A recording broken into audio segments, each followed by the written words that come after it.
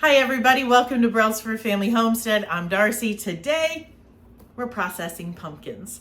I have already frozen some of the puree I've made with this and then also canned chunks, and I need to process all of my remaining pumpkins. I did lose one, so I don't want to lose any more, so I thought I would bring you along for the process. So the first one we're going to do is actually this one because the stem came off, and so this definitely will not last much longer without that stem. This one we are going to wash it, cut it open and remove the seeds and put it in the Instant Pot. So if you're going to process them in the Instant Pot, usually a sugar pumpkin is going to be your best bet. You can do it with other ones, but you're just probably not going to be able to fit the whole pumpkin in there. You just cut it in pieces. So first, let's get this washed up and the seeds removed. All right, just going to cut this.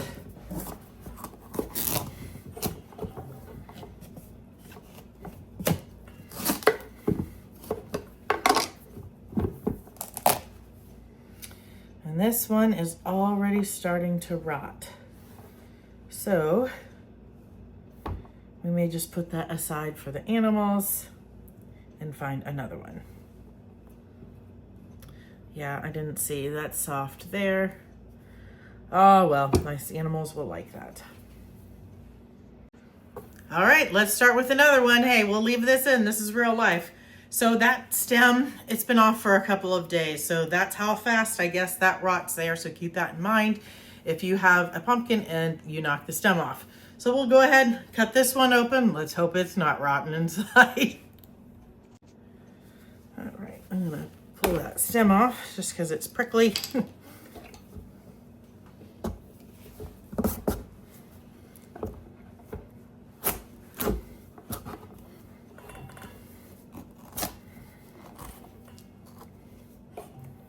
Oops, sorry, I'm moving the camera.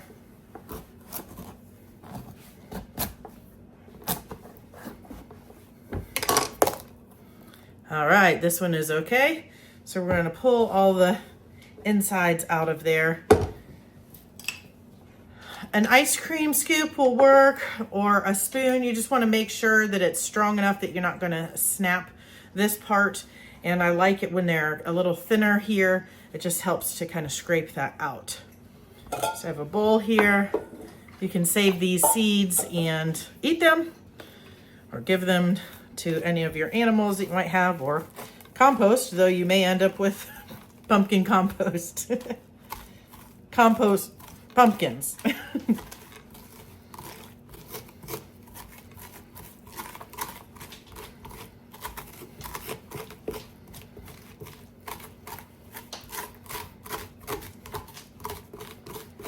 Using an 8-quart Instant Pot, so you may need to adjust if you're using the 6-quart. I think you only need a cup of water in that, but check your manual to be sure. I am going to use the trivet and put that inside my Instant Pot, and a cup and a half of water. And then let me show you. I'm just going to sit the pumpkin right down in there. So easy. Just like that. I'm going to put the lid on. And we'll put it on manual high pressure for about 15 minutes, natural release, and I'll show you what it looks like when it comes out. We'll just peel the skin right off. It's gonna be really easy. Some of you may be wondering why I didn't go ahead and use that first pumpkin. Some of you probably understand where I'm coming from. I have enough pumpkins that I don't need to save something that has already started to degrade in quality. I have animals that will benefit from eating the pumpkins, compost that can benefit from it. So when I preserve food, whether it's canning, freezing, or whatever, I want to use it in its best quality, and that's just not best quality. I don't want to feed my family food that is already starting to go bad like that, especially when there's no need to. I have plenty of other pumpkins, so that is why I didn't use it. If you feel it's wasteful, then you do you for your family, but for me, it'll get used other ways, and I'm happy to feed my animals and my compost with that. The pumpkin is finished. It's very soft, but we're gonna let it cool a little bit first. I went ahead and just pulled the trivet out and stuck it in this bowl, so that would help the pumpkin cool a little bit faster so I can peel that skin off. I wanted to show you what we're going to be using after that. Once we get the skin off, is I am going to put all of the meat, the puree, inside of one of these yogurt nut milk bags so that I can strain it. If you're used to using store-bought pumpkin to make pumpkin pies and scones and those kinds of things, which is what I like to make, it is drained. It's not going to be just like this straight pureed, so it'll have too much liquid in it. So I'm gonna put it in this and I'm gonna let it strain overnight, and then I will freeze it. Now you could just freeze it as is and then strain it before you wanna use it. But a lot of times I just wanna thaw that and go. I don't wanna have to thaw it, strain it, and just have that extra step. So I'm just gonna do it all right now. I would sit it in a colander, in a bowl, or something else. I just happen to have this blancher, and I'm gonna use that. You definitely want to make sure the colander or whatever is sitting up a little bit. So as it's straining, it's not sitting in the liquid. So we're gonna give that a little bit longer so I can handle it, and then I'll show you what I do. This is cool enough now that I can handle it and not burn my fingers. So now we just need to pull all of that skin off. Comes off pretty easily. You can use a little knife if you want to. Sometimes it'll get so done in there that you can't barely touch it without it falling apart. All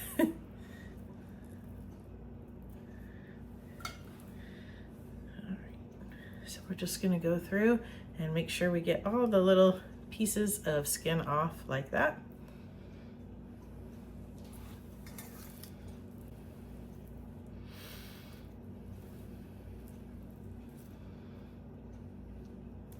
You don't want to leave any of that in for the puree because obviously that will not have a nice texture. So just take your time and go through there and get all of those pieces off.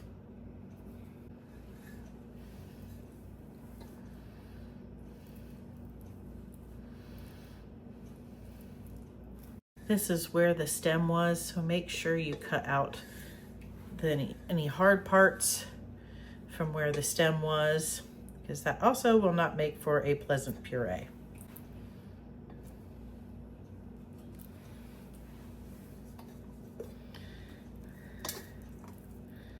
That pumpkin is all peeled. I am going to put this through the food processor. Typically I put mine through a food mill, but not when I'm only doing one pumpkin. That's just a lot to do. If you're doing pie pumpkins, they're not as stringy, but if you're using some others, you probably will want to put them through a food mill just to get that really smooth texture. But the food processor will work too, especially if you don't have a food mill. But pie pumpkins are not so stringy. So I'm just going to put this all in my food processor. You could do a blender as well.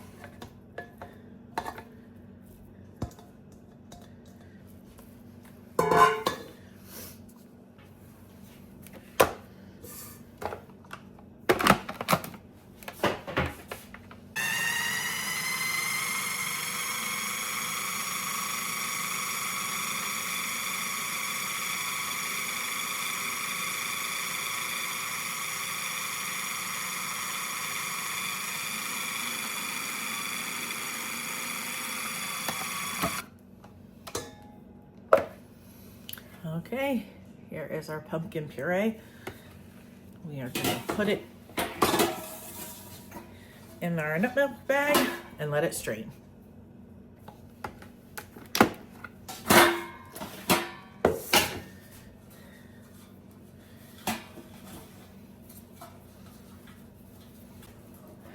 All right. You can see it's already dripping, draining. So I'm just going to pull that tight, and this will be in this with the lid on in the refrigerator overnight. If it has to go, all day, that's fine too.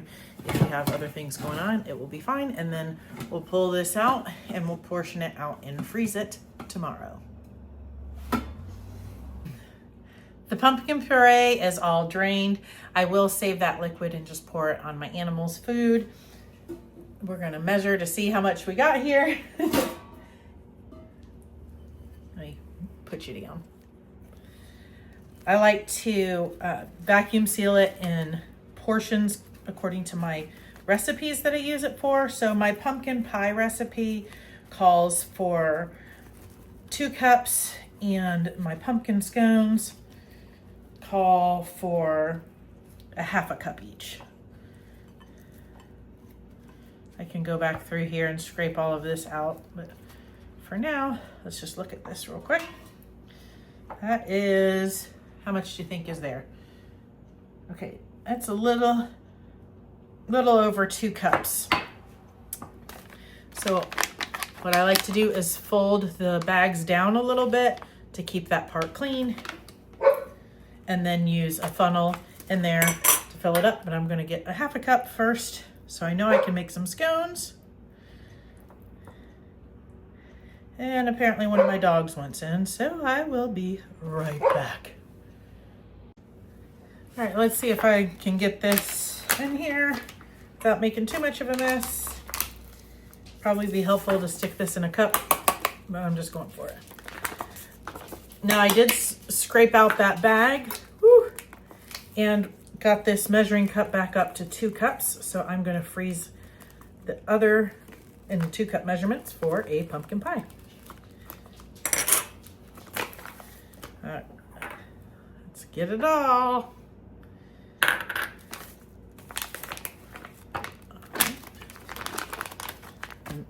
I'll get that vacuum sealed. Got these vacuum sealed. I like to make them nice and flat, freeze them that way, and it also makes it very easy and quick to thaw them out whenever you want to use them. So I got 2.5 cups total, so I'll make a pie with one and scones with another at some point. I'm really happy to have that. And we will move on to canning pumpkin very soon in this video, but I am waiting on some peelers to arrive, and with the snowstorms and stuff we've had, mail has been delayed, things like that. But canning pumpkin, it is hard on the hands. I will tell you that. It is hard cutting it. It is hard peeling it. So just know you're going to get a hand workout. And if you have a really junky peeler, go buy one before you even attempt it. My peeler's not bad, but I think it needs refreshed, and I wanted to try another kind. So once it comes, I will share those with you, and we'll try it out together, and we'll get the rest of the pumpkin canned. It's pumpkin canning day, so I have the rest of my pumpkins here in the kitchen with me. I'm not sure if this will be too much or not, we'll see, but I think I'm just gonna do 1 canner load because this is kind of a big, long, time-consuming project, although not difficult. So I have 7 jars out, 7 rings, 7 lids washed and ready, and I'm going to be using my Presto canner that this will hold the 7 quarts that I intend to can today. These have to can for 90 minutes, so this is takes some time. The first thing we have to do is wash and cut and clean out the pumpkins. We're going to cut them into like 1-inch strips and then peel them, and then cut those into 1-inch cubes and boil those. But for boiling this, it may seem confusing, but you don't like put it in a pot of water and bring that up to a boil and then boil for the amount of time, which I believe is 2 minutes. I'll double check. You put boiling water over it. If you start out with cool water to boil them that way, they will be just complete mush before you even get to the canning process.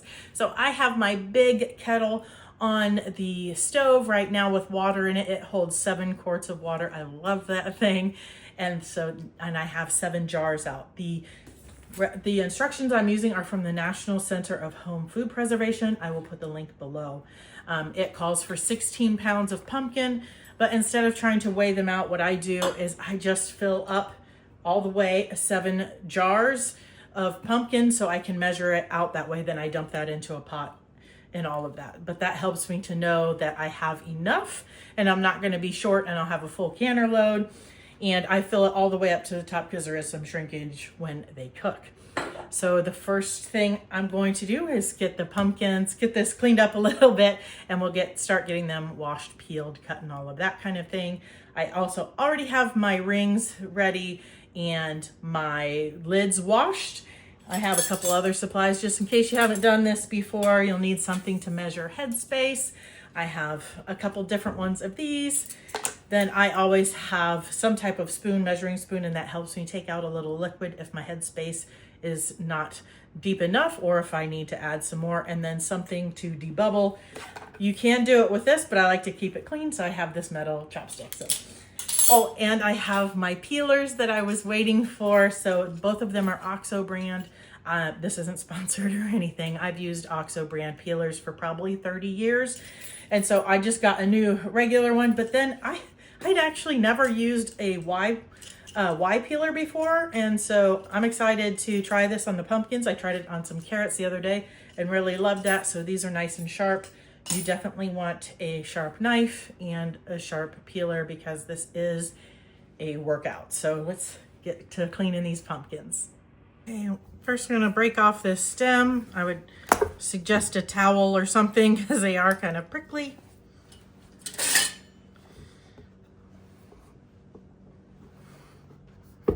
I just sharpened this knife, or at least I thought I did.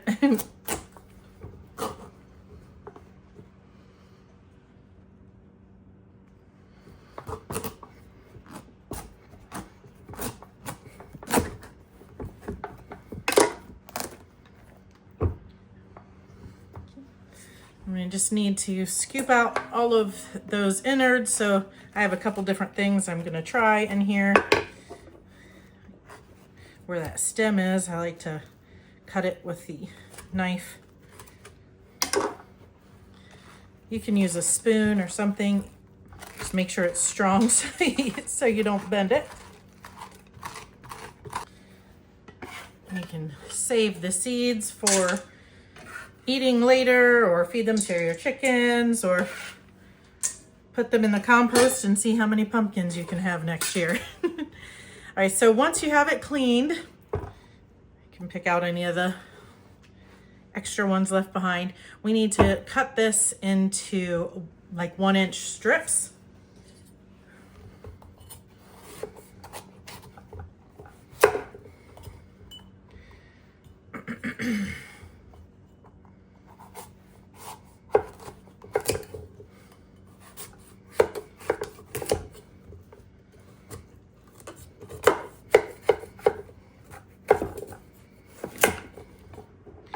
By the time you're done, you will have quite the hand workout, so give yourself breaks, especially if you have any hand issues.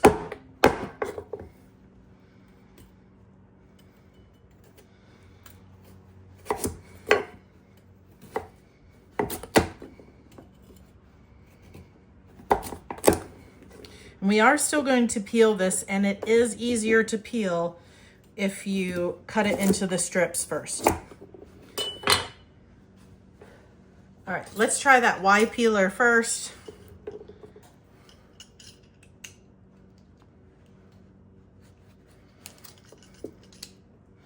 Maybe away from me. I'm not used to this kind, so it feels a little different, but that's cutting way better than the peeler when I did this in November. So see how that's a nice and clean on all sides. We will cut that up. Let's try the other one. I've used this kind of peeler for many, many years, so this is what I'm used to. This is also nice. It's sharper, so it's not taking so much hand strength. We'll see. I think I might like that Y one though. I'll use them both. I'm gonna go ahead and get this all cut and peeled. And when I'm cutting it into cubes, I'll bring you right back. So I'm just taking the strips like this. We just want approximately 1-inch cubes. If there seems to be a lot of stringy stuff, I just cut that little bit off, toss that in with the compost. And then I have a jar here. Can you see that? That I'm just filling up. Once it's full, I'll move on to the next one.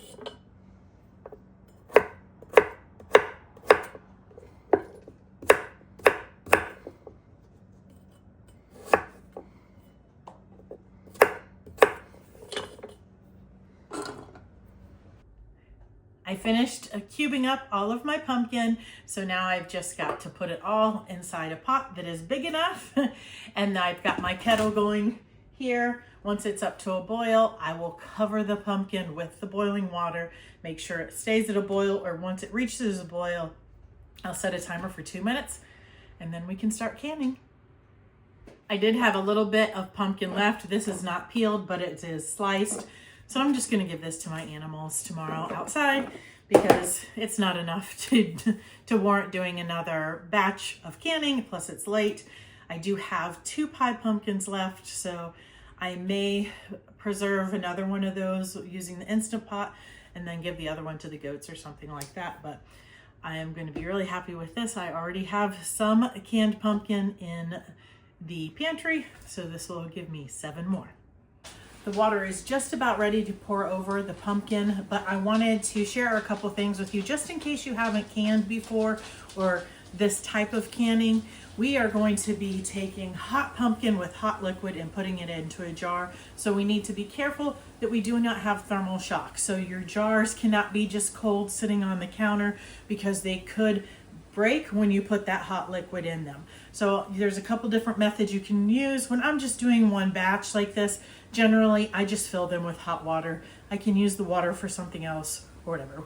Sometimes I will use my electric roaster because it can just sit there on the counter. That's sometimes I'm doing a lot of canning, but you can put it in your dishwasher if you have one on keep warm, in the oven, something so that they are warm and you don't have thermal shock. Also, my canner back here has hot water in it, so everything is hot. We won't have any issues. This kettle is at a rolling boil, so we're gonna go ahead and carefully pour it over the pumpkin, and then I'll switch burners.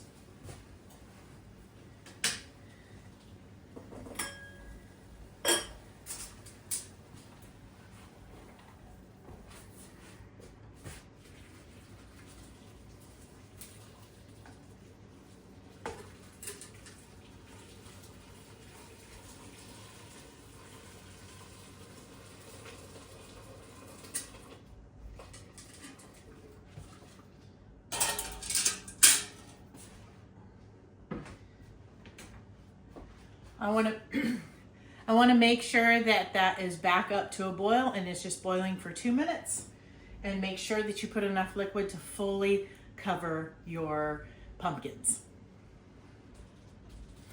All right, it's time to start jarring it up.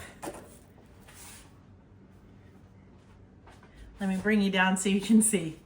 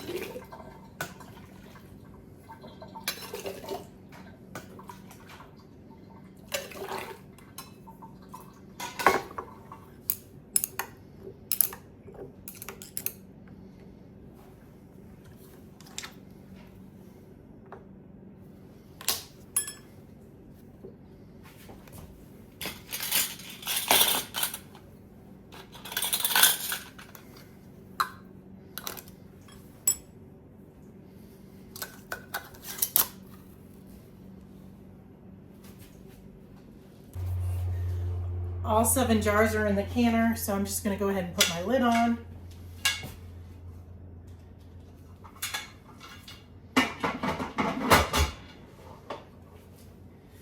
And then I've got the heat cranked up. Once this starts venting steam, I will set a timer for 10 minutes, After that, I'll put my weight on it. For my elevation, I'm using 10 pounds weight, and it will process for 90 minutes. You'll have to find out your elevation to know the proper weight. I would encourage you to Google your elevation for your particular property to know for sure. So now we just wait. I do have just a little bit left. I don't know if you can see. It's about probably a ladle full of pumpkin. So not a lot. So I'll just put it with the scraps to give to the animals tomorrow as a treat. We've been having extreme cold. Everything's covered with snow, so there's nothing for like the chickens to really free range or anything. And the wild birds are all looking for things too. Oh, they're everywhere. So much snow. What's the weather like where you're at? My canner's been venting for 10 minutes, so now I am going to put my weight on. And I will wait for that to start rocking before I set my timer for the 90 minutes. Now this does have a gauge on it, but I'm using the optional weight instead, because if you have a gauge, you do need to have those calibrated every year, which to me is a big pain. So I much prefer just using a weight. So I will wait until that rocks, but if you have a different canner, read your instructions to see what you should do. Okay, the time is up. So I'm going to turn that heat off, and I'm actually going to move it onto the counter here carefully and let it depressurize. It takes mine close to an hour. You're going to want to make sure that your gauge is at 0 completely before you do anything. Then after that, you take off the weight, you let it sit, then you kind of twist the lid a little bit and wait, then you crack it open a little bit, let some of that steam out, wait, and then you remove the lid. I would let it wait again, and then carefully remove the jars. The reason you do that is just to reduce the chances of siphoning, and things like this for some reason seem to siphon a lot. My last batch I didn't have any, and I was very excited. So you just want to be very patient. So I'm not going to bring you back for every single step because it is late, but this will take at least an hour before I can do anything. But I will come back to show you them, and we will check the seals. They will have to sit on the counter for 12 to 24 hours before we test that seal. I did all the steps, so I'm about to take them out of the canner, so I thought I would show you. Here we go. Very hot. So I just have a cutting board here with a towel on it just to absorb any moisture. I'm gonna put them on here and leave them there until tomorrow, and I'll come back to show you and we'll test out the seals. It's time to check our jars. It's been about 18 hours, I think, since I took them out of the canner. And so here is what you desire it to look like. The headspace is still there. We'll take the ring off. That lid is on there good and tight. You can see that part is pushed down and it doesn't come off. So that is perfect. Now, I do need to wash this off. I will do that in just a minute. I use soap and water, scrub it all off so there's nothing left on the outside before putting it on the pantry. And I have labels. Whoop. So I'll put that on the top of each one. So this one, not exactly what I wanted. You can see, I think you can see the water level is right here. Now this is still considered safe. This is what happens when you have siphoning. So I want to show you what really happens. Not every time is it textbook perfect, but this is still safe. As long as the liquid is at least covering half of your product, then it is safe. So I'm obviously within that amount. It will be fine, but I will put this in the front so that I use it first. The color can degrade on the part that's down if it's for a long period of time, but no issue really. So most of them are like these, but you know, you might have this no matter how long you've been canning. So if you try this and you're like, oh no, I had a lot of siphoning. You know, I think that I did the same thing to all of these jars, and yet here we are. So no big deal. I'm gonna get these washed up real quick. I've got the jars all washed up and the label on. So these will go in my pantry. Don't store them with the rings on, just like this.